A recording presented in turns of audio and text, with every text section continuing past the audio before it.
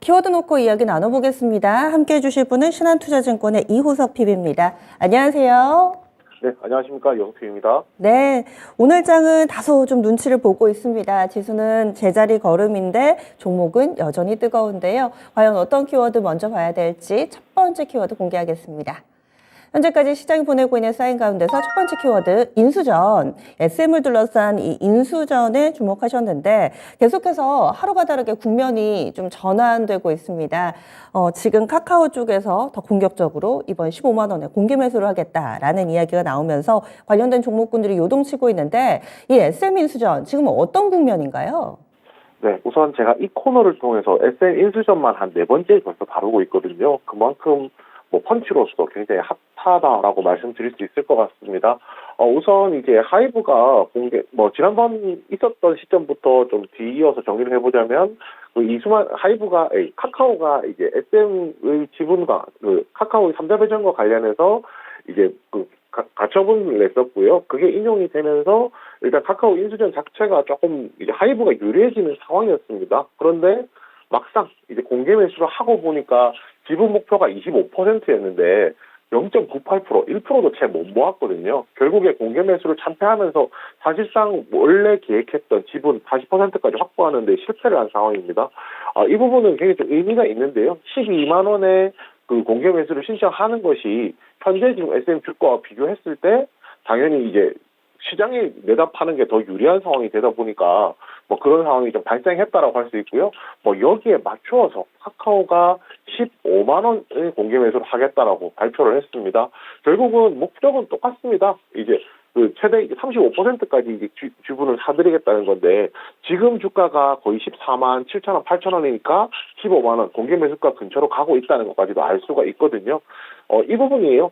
둘 다 왜 이렇게 SM에 미쳐 있느냐? 이제 SM을 간절하게 원하느냐라고 했을 때, 결국에는 이제 하이브 같은 경우도 마찬가지고 카카오 같은 경우도 엔터를 조금 더 강화하기 위해서는 이미 검증된 IP, 지적재산권을 보유하고 있는 SM이라는 카드가 굉장히 매력적이라는 거고요. 결국 이제 카카오가 나서게 되면 많은 분들께서 그걸 물어보시더라고요. 하이브가 지금 중도에 포기하면 어떻게 해요? 라고 물어보시는데, 하이브가 중도에 포기할 가능성도 없지는 않습니다. 분명히 있겠죠. 그런데 어찌됐건 간에 인수전이 한번 불붙기 시작하면 이것이 한쪽에서 쉽게 발을 빼기가 굉장히 좀 힘든 상황이 나오게 되거든요. 그래서 해당되는 인수전 자체가 조금 더 길어지지 않을까라는 생각을 가지고 있습니다. 그래서 결국에는 카카오가 공개 매수에 성공하느냐, 성공하지 않느냐까지 볼 수 있는 시간적인 여유가 있다라고 생각하고, 그 부분에 대해서 조금 접근할 필요가 있다고 생각합니다. 일단 공개 매수는 이제 3월 7일부터 3월 26일까지 시행하기로 했거든요. 그러면 공개 매수 기간 동안 주가가 15만 원 언저리에서 이제 왔다 갔다 하면서 변동성을 보일 수 있기 때문에 매매라든지 그런 부분에 있어서 접근하는 거 충분히 가능하다고 판단합니다. 네, 그러면은 종목별로 접근을 한다면은 어떤 쪽으로 접근을 해야 될지 관련된 종목군들도 희비가 워낙에 엇갈려서 이 부분도 체크를 해주세요. 네, 원래대로 말씀을 드리자면 예전에 제가 말씀드릴 때는 SMCNC가 인수전 내용이 나올 때는 제일 잘 움직입니다라고 말씀을 드렸었는데요. 이번에는 SM이라고 말씀을 드려야 될 것 같습니다. 왜냐하면 앞에 있는 매물에 대한 얘기를 조금 해야 될 것 같아요. SM 보시면은 지금 주가가 상승하고 나서 앞선 매물이 없을 정도로 굉장히 이제 신고가까지도 영역을 만들어냈습니다. 이 상황에서 이제 만약에 매도가 나온다고 하더라도 그 앞선 매물이 쏟아지는 것이 아니라 매수 차익이 나온다는 측면에서는 SM이 이제 세 종목 중에서 SM, SMCNC, SM 라이프 디자인 중에서 투자하기에 가장 상대적으로 매력이 있다라고 좀 판단을 하고요. 여기서 이제 SMCNC 같은 경우가 인수전이라든지 이런 내용이 나왔을 때 시세가 제일 잘 움직이는 종목이긴 했는데 현재 5,200원에서 5,400원대의 매물이 굉장히 많이 쌓여 있는 상태입니다. 결국은 이 매물을 돌파하느냐 돌파하지 않느냐에 따라서 이 종목이 다시 대장이 되느냐 그렇지 않느냐가 좀 판가름이 날 것 같고요. 이 종목은 결국은 5,400원을 뚫어주느냐 뚫어주지 않느냐에 따라서 매매하는 데 있어서 대응할 필요가 있다고 생각합니다. 마지막 종목은 이제 SM 라이프 디자인인데요. SM 라이프 디자인 같은 경우는 마찬가지입니다. 시세가 굉장히 많이 났다가 조정도 더 크게 받았었죠. 그래서 SM이나 SMCNC를 최우선으로 두시고 SM 라이프 디자인 같은 경우에는 차순위로 놓고 매매하시는 데 활용하시면 좋겠습니다. SM 그룹주들 중심으로 말씀해 주셨는데 하이브나 카카오 이쪽은 어떻게 되는 건가요? 네, 우선 이제 인수를 인수를 하는 업체하고 인수를 당하는 피인수 업체를 조금 나눠서 얘기를 해봐야 될 것 같은데요. 일반적으로 인수하는 업체는 당연히 사업적으로는 플러스 요인이 되겠지만 어찌됐건 간에 자금이 지출이 나가기 때문에 상대적으로 주가에는 크게 반영되지가 않는 편이거든요. 오히려 피인수 기업들 같은 경우가 자금이 들어오고 그것으로 최대 주주도 바뀌고 새로운 사업도 할 수 있는 이런 이제 여지들이 많기 때문에 저는 이제 굳이 선택하라고 하면은 하이브 카카오보다는 SM이나 SMCNC 쪽을 매매하도록 하겠습니다. 점차 몸값이 올라가고 또 피인수 주체가 되는 SM 이쪽으로 조금 더 집중을 해보자 얘기를 해주시네요. 알겠습니다. 그리고 이와 관련해서 또 업데이트가 되면 이 시간에 알려주실 것 같아요. 다음으로 오늘 장에서 계속해서 강력 펀치를 남길 만한 그런 키워드 보겠습니다.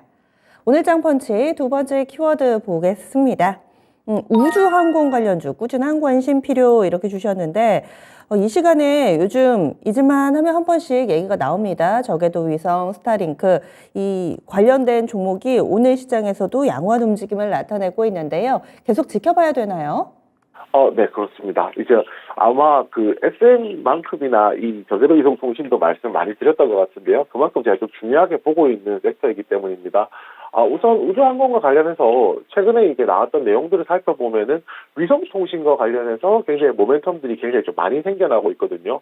애플 같은 경우가 아이폰 14 시리즈에 위성을 통한 긴급 구조 서비스를 제공하겠다라고 얘기했고, 그 올해부터 출시되는 신형 애플워치에도 위성통신 기능 탑재도 한다라는 전망으로 현재 나오고 있습니다. 중국의 화웨이 같은 경우에도 작년 9월에 이제 세계 최초로 위성통신 기능을 적용하기도 했었고, 삼성전자 또한 이제 차세대 플래그십 모델부터는 위성통신 기능을 탑재하겠다라는 얘기도 나오고 있거든요.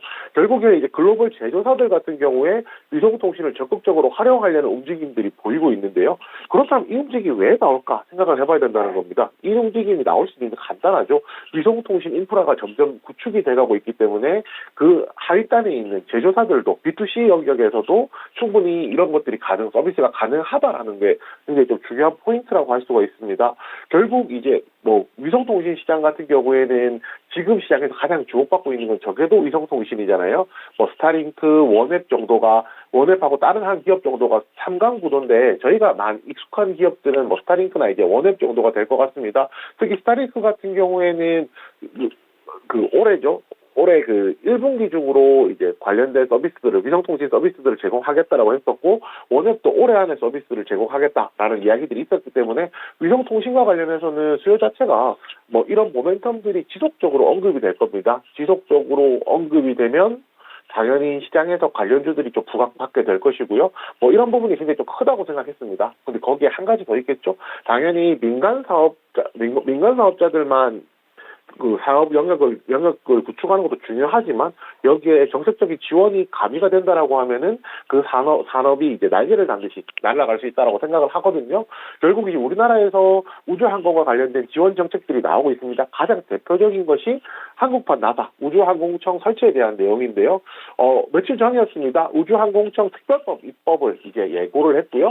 연내 이제 개청을 목표로 하고 있습니다. 그리고 기사에 나오는 내용들을 살펴보면 현재 무슨 나사급에 준하는 우주항공청에 연봉을 주겠다라는 기사들도 나오고 있거든요. 그래서 이것이 실제로 줄 것이냐 안 줄 것이냐, 나사가 연봉이 얼마인 줄 아느냐, 뭐 이런 논쟁들도 있긴 하지만 어찌됐건 간에 정부에서 우주항공청에 대한 관심 자체가 굉장히 높다는 것이 좀 포인트입니다.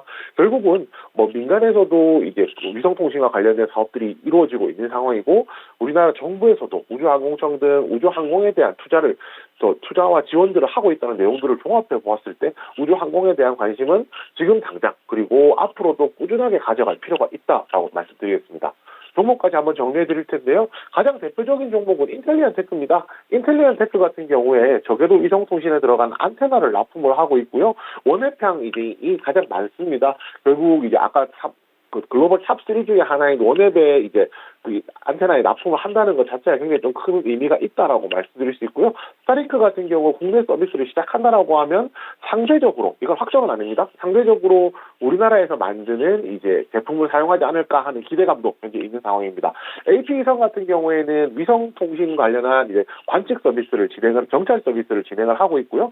위성통신망을 구축했을 때 그 위성들 중에서 뭐가 문제가 생기는지 체크하는 역할을 하는 건데, 결국에 이제 위성통신과 관련된 사업으로서 주목받을 수 있습니다. 그리고 마지막 하나 에어로스페이스 같은 경우에는 대형주로 굳이 분류했을 때 상대적으로 우주 업종 중에 대형주로 분류했을 때 상대적으로 이게 다른 종목들에 비해서는 조금 더 우주 산업에 조금 더 집중하고 있기 때문에 또 오히려 세트랙 I라든지 이런 회사들을 통해서도 우주 산업, 항공 산업을 하고 있기 때문에 그와 관련된 기대감이 있어서 한번 묻게 되었습니다. 차트상으로만 말씀드리면 세 종목 다 지금 가파르게 최근에 올라가고 있거든요. 이 구간 좀 부담스럽다고 생각하실 수도 있지만은 결국에 이제 가는 종목들이 더 잘 간다는 관점에서는 이 종목들 접근하는 것도 충분히 가능하다고 생각합니다. 안 그래도 그 부분을 여쭤보려고 했거든요. 재료 좋은 건 알겠는데 차트가 너무 굴곡 없이 올라서 지금 접근해도 좋을까에 대한 답을 또 미리 해주셨네요. 장기 성장성을 본다면은 지금도 매력이 있다. 알겠습니다. 오늘 두 가지 키워드 놓고 이야기 나눠봤습니다. 자세한 말씀 고맙습니다. 네, 감사합니다. 네, 신한투자증권의 이호석 PB였습니다.